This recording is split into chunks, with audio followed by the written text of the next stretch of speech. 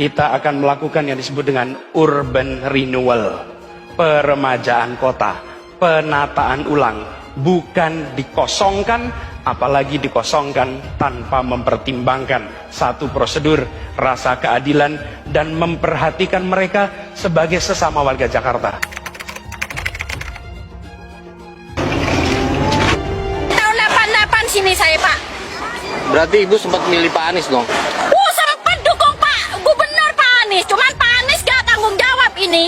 Masa pemerintah rakyat, pemerintah kayak Pak Gubernur ya, katanya nggak ada janji, nggak ada penggusuran, entahnya begini jadinya. Tapi kan Gubernur ingkar janji, katanya sebelum jadi Gubernur Pak Anies janji tidak ada penggusuran. Udah kita itu dukung, ini imbalannya begini.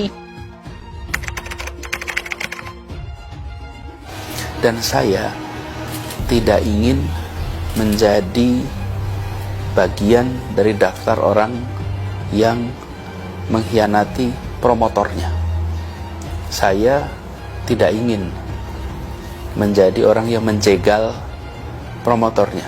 Pak Prabowo hari ini adalah calon presiden dari Partai Gerindra. Saya tidak mau menjadi orang yang dibawa untuk berhadapan dengan Pak Prabowo dan menghentikan Pak Prabowo. Saya tidak mau. Dan saya katakan itu kepada siapapun yang datang kepada saya untuk berbicara tentang calon presiden. Saya menyatakan bahwa dengan penuh rasa tanggung jawab saya menerima pencalonan sebagai Presiden Republik Indonesia tahun 2024. Siapa presidennya? Apa partainya? Apa partainya? Siapa presidennya? Sudah berkali-kali garis bawahi, kami mengatakan berkali-kali sejak dulu, konsentrasi pada manusia, jangan hanya konsentrasi pada pembangunan benda-benda mati yang indah difoto dan bisa ditunjukkan dalam 5 tahun hasilnya. Justru yang harus ditonjolkan adalah pembangunan kualitas manusia.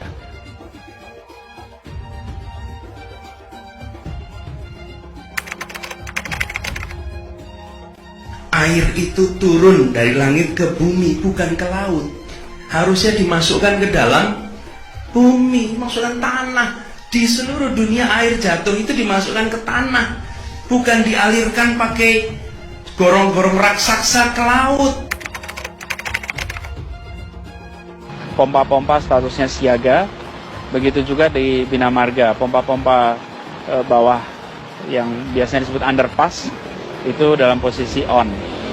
Pompa kita di Jakarta ini ada lebih dari 450, semuanya posisi siap, lebih dari 200 ada di muara, dan semuanya juga posisi siap, nanti ketika air sampai di muara maka siap untuk dipompa ke laut. Jakarta telah mengambil keputusan yang fatal. Nanti ketika air sampai di muara, maka siap untuk dipompa ke laut. Gubernur Anies beralasan, dengan sistem ini, warga akan langsung mengetahui informasi banjir tanpa melalui jenjang.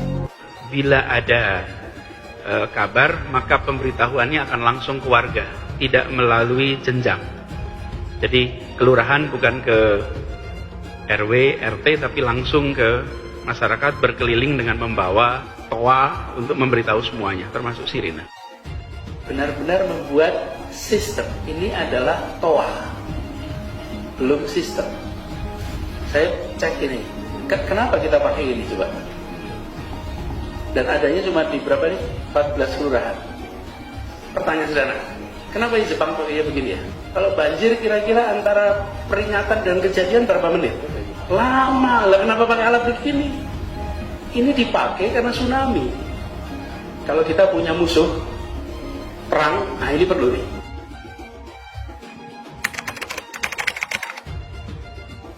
Air hujan yang turun di kawasan ini tidak dialirkan keluar, tapi dimasukkan ke dalam tanah. Di mana air-air hujan yang jatuh di kawasan kita jangan dikirim keluar halaman rumah, tapi siapkan lubang-lubang di dalam rumah, di perkantoran. Kalau ini kita lakukan, maka kita tidak menyumbang air keluar. Nah ini guys, itu kita lihat tuh sumber resapan di situ tuh malah membuat jalan jadi rusak guys. Pada saat itu juga dikatakan kondisi di sini minim penerangan dan juga hujan.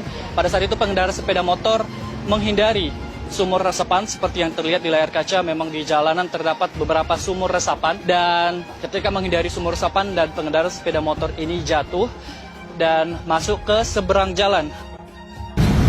Saya mohon kepada pemerintahan yang sekarang untuk mengevaluasi kembali sumur resapan yang selalu membahayakan pengendara. Ini bukan yang kejadian yang pertama kali, udah sering sekali sumur resapan ini menghambat kendaraan-kendaraan pada jeblos. Lihatlah kejadian sekarang. Apa alat transportasi yang dimiliki oleh hampir setiap orang? Mayoritas akan menjawab sepeda motor. Bukan. Alat transportasi yang dimiliki semua orang adalah kaki. Kaki. Karena itu yang harus dibangun pertama adalah untuk kaki. Ini gagasan.